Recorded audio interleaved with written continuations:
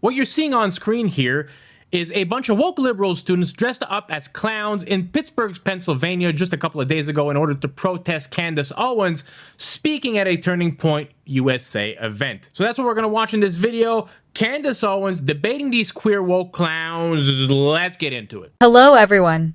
Welcome back to the channel. On your screen, you can see a group of liberal students in Pittsburgh, Pennsylvania, who actually showed up dressed as clowns. Why?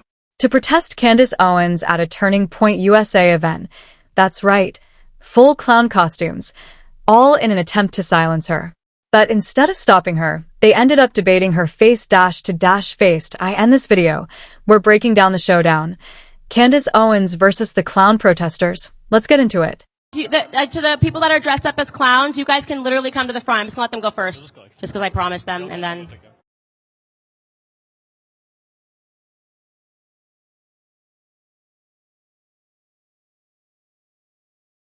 All right. Thank you. All right, listen. I have to hold the mic, okay? Okay. Okay. Hi. Okay. Who's going first?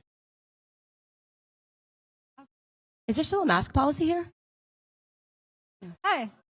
Pardon? I just want to make sure I can hear you. Hi, can you hear me? Yeah, great. Okay. So you like to learn, right? What did you learn from the Christchurch mosque shooting where 51 people died at the hands of someone who is influenced by you above all other people? How did you change your rhetoric after this person shot 51 people? Great question. So what she is referencing, one of the craziest media firestorms I've ever been in my life, in New Zealand is what she's talking about. There was a mosque shooting, and at 51, I'll take your number for it, people lost their lives. And apparently, and I actually haven't followed up on the story because I've never been to New Zealand. I don't talk about mosques. I don't talk about Muslims. So it would be very weird if this would have anything to do with me. But apparently they said that there was a online manifesto. I don't even know if that was officially attributed or if that was just early press. But they found a manifesto of the shooter online somewhere. Again, this was alleged early. I don't know if they've since debunked that. And apparently the person listed Nelson Mandela as his number one inspiration, alongside Spyro the Dragon, which I believe is a child's cartoon, Spyro the Dragon. Maybe it's a video game, I don't know. And Candace Owens. Yeah, you know, I didn't feel like there was a lesson other than people are crazy and we shouldn't give credence to homicidal maniacs when they're putting together cartoons and people that fought against apartheid plus a random American in their thought processes. So I learned that that was clearly an ill person and that any person who believed or gave credence to a manifesto should probably re-examine why that is. That's what I learned. Thank you very much for your question. Next. Next person. So we have a long line. Protester just tossed out a ridiculous question. Let's be honest. Candace Owens isn't out here promoting violence. I remember this case from years ago, and I even made a video about it, showing how she got pulled into a debate with two liberal congresswomen who twisted her words completely. This is the left's favorite trick. Take something out of context, spin it, and turn it into a hit piece. And context really does matter. When someone like Candace Owens is producing hours of content every single day, of course it's easy for the media vultures to cherry-pick a clip, splice it, and make it look incriminating. They've done the same thing to Joe Rogan. Cheap tricks with zero honesty. Anyway, enough of that. Let's move on to the next protester. Sorry, that was so funny. I actually have here, I was talking to someone outside. It was like one of your merch people, I don't know. Sorry, could you just be clear? It's a little, sorry. I was talking to, oh my God. That's good, no, that's good. I was talking to one of your merch people or like something outside. And I mentioned that, I don't know if you know this about Pittsburgh. It's a very Jewish population. It's awesome. We have great food. Pittsburgh. Great. Awesome. Yeah. Anyways, I don't know if he knows about our school. Yeah, very Jewish. Great. So I asked him, I was like, are you sure you want to bring Candace Owens in here? Because if I remembered correctly, and in my, you know, not to toot my own horn, but I might have forgotten. I was like, you did say something about Hitler once that was weird. And he said, do you have a source? And I was like, hold on. So I got a source. I showed it to him. He was like, that's The Hill. It's like a tabloid. I was like, okay, that's fair. I looked it up. My first question is, do you trust Newsweek.com? Do I trust? Newsweek.com. Oh, you can just get to your question. Let's just pretend that whatever you read was legitimate and just ask the question. I can actually play your response. Just Just ask the question. It's fine. Well, whatever you read is legitimate. I'm not going to try to debunk. Just tell me what it said and ask the question. Fine. Oh my Yeah. God. It's your words here. No, okay, but just ask. Let's just get to your question. Okay, here's the preamble. I actually don't have any problems at all with the word nationalism. Okay. I think that the definition gets poisoned by elitists that actually want globalism. Okay. Seems a lot like, globalism is what I don't want. Whenever we say nationalism, the first thing people think about, at least in America, is Hitler. Okay. You could stop there, but it's okay if Hitler just wanted to make America great and oh my God. Oh, that was a really funny thing. Can you just get to your question? all right. Ask. Yeah. Do you have a question? You have 10 Yeah, it kind of feels like a filibuster. It's okay if Hitler just wanted to make Germany great and have things run well. Mm-hmm. It says here, adding that it would be problematic if he, quote, had dreams outside of Germany. Then the political commentator said that Hitler wanted to globalize and said she doesn't really have an issue with nationalism. He was a Okay. National Socialist, but if Hitler just wanted to make Germany great and have things run well, okay, fine. Okay. The problem is that he had dreams outside Germany. Okay. He wanted to globalize.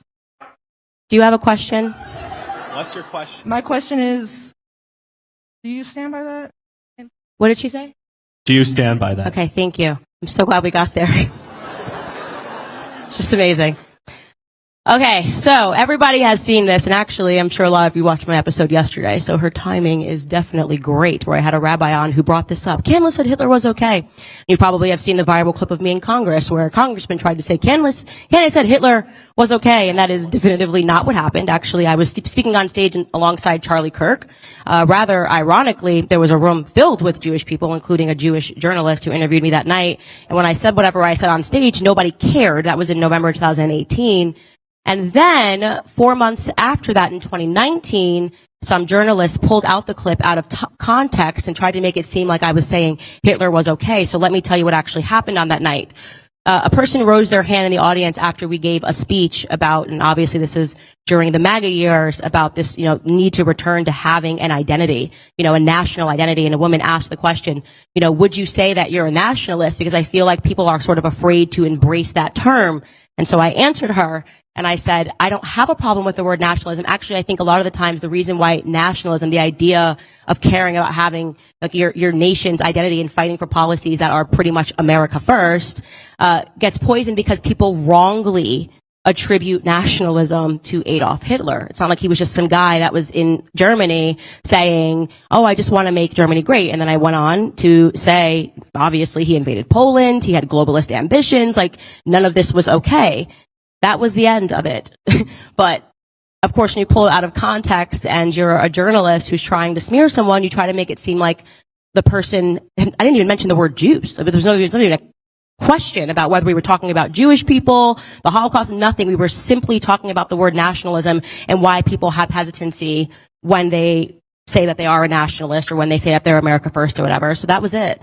That was the end of it. There was no talk about saying Hitler was okay or this was great. It was just a topic about whether or not nationalism is rightly attributed or whether or not it is a dirty word. So I hope that provides some clarity for you. Nope. Your question was 20 minutes. So next. No, I think we've given you... This is another case I've already covered.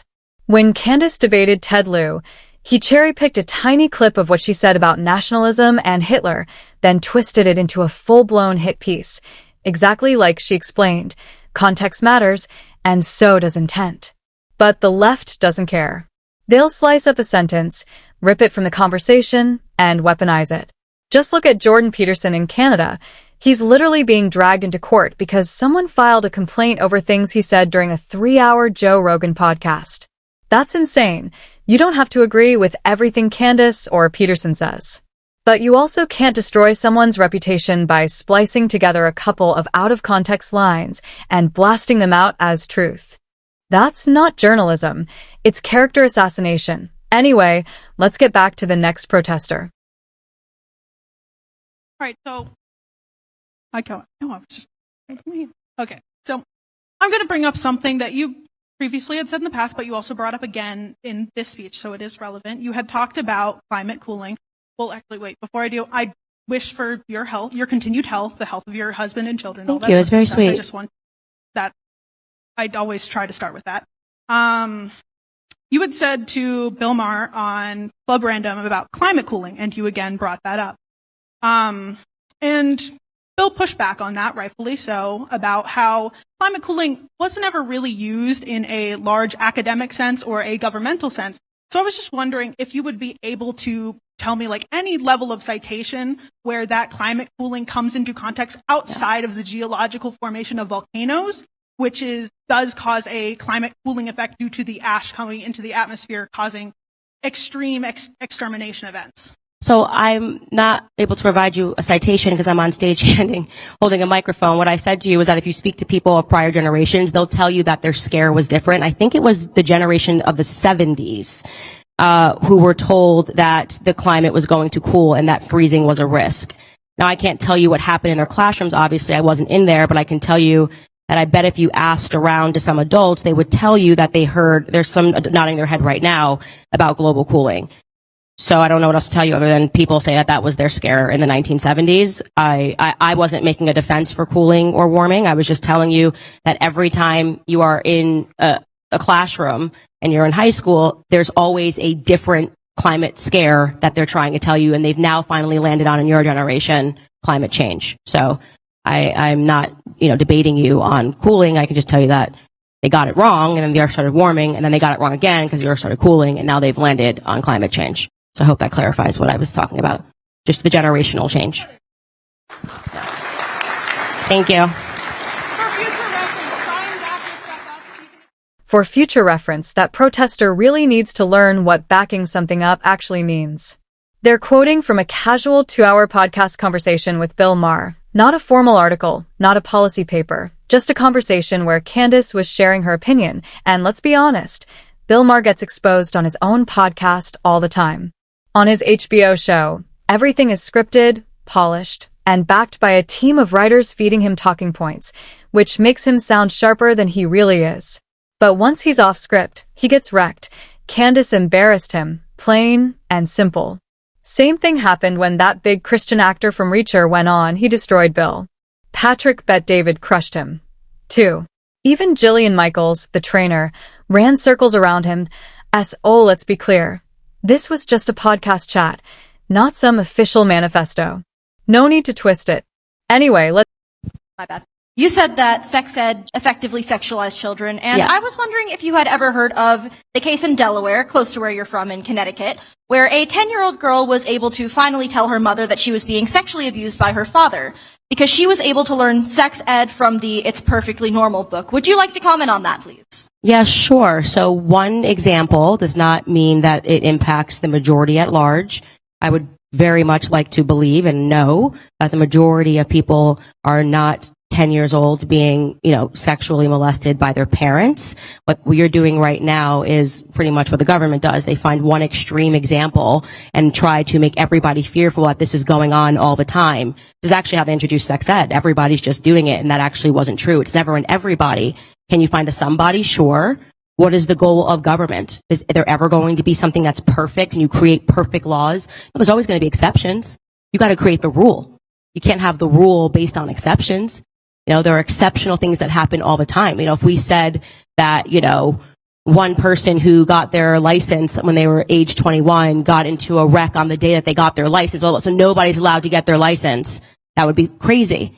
It's crazy. You have to talk about what the majority is. You have to talk about the majority percentage of experiences. And it is a fact that within 10 years after introducing sex education, the stats completely flipped and the majority of kids were graduating without their virginity, as opposed to prior to that when it was a very different society. Also, which you could say had an impact was that we used to teach the Bible at school. Like, people were basically, Christian. There was a lot more Christianity in the classroom, and that got removed after some lawsuits. I believe that was in the mid 60s that went all the way to the Supreme Court. But again, the goal of the government is to govern for the whole, not the, fringe minority of circumstances that happen. Doesn't make them any less sad or any less awful, but you can't then base laws and everything that you're doing on them. Hope that helps. No, I don't care. I don't care. You can only ask. Yeah, you've already asked a question. Here's the problem. When it comes to laws, society often bends over backwards to cater to the tiniest minority. Look at all the edgy new trans legislation. We're reshaping the entire country to satisfy a fraction of people, but laws should work like cafeteria food. You feed the majority. If a couple of kids have rare allergies, fine, they bring their own lunch. You don't rewrite the entire menu for 2 kids. Same principle with laws. They should serve most people, most of the time. Take abortion, for example. Pro-choice activists always highlight less than 0.5% of cases, rape or incest, as if that should define national policy. Of course, those tragic situations deserve discussion, but you don't build sweeping laws around extreme outliers. Society works when we legislate based on facts and majorities, not rare anecdotes. It's the same with race in America. Is the U.S. a racist country? No. Are there racist people? Yes. Have people experienced racism? Absolutely. But you don't condemn an entire nation based on exceptions. And before I close, let's circle back to those protesters in clown costumes. I'm guessing they don't want their faces showing up on YouTube videos like this one or on Turning Point USA site. But here's the truth. Presentation matters. If you show up looking ridiculous, people won't take you seriously. First impressions count. If you want to be heard, show up prepared, dress decently, do your research, and ask a thoughtful question. Whether people agree with you or not, you'll earn respect. That's what real debate is supposed to be. But the academic left avoids debate because deep down, they know their woke ideology can't withstand real scrutiny. It's a house of cards, one push, and it crumbles. Thanks for watching, and I appreciate you sticking with me all the way through. If you got value out of this, hit that like button, drop a comment below, and most importantly, subscribe to the channel.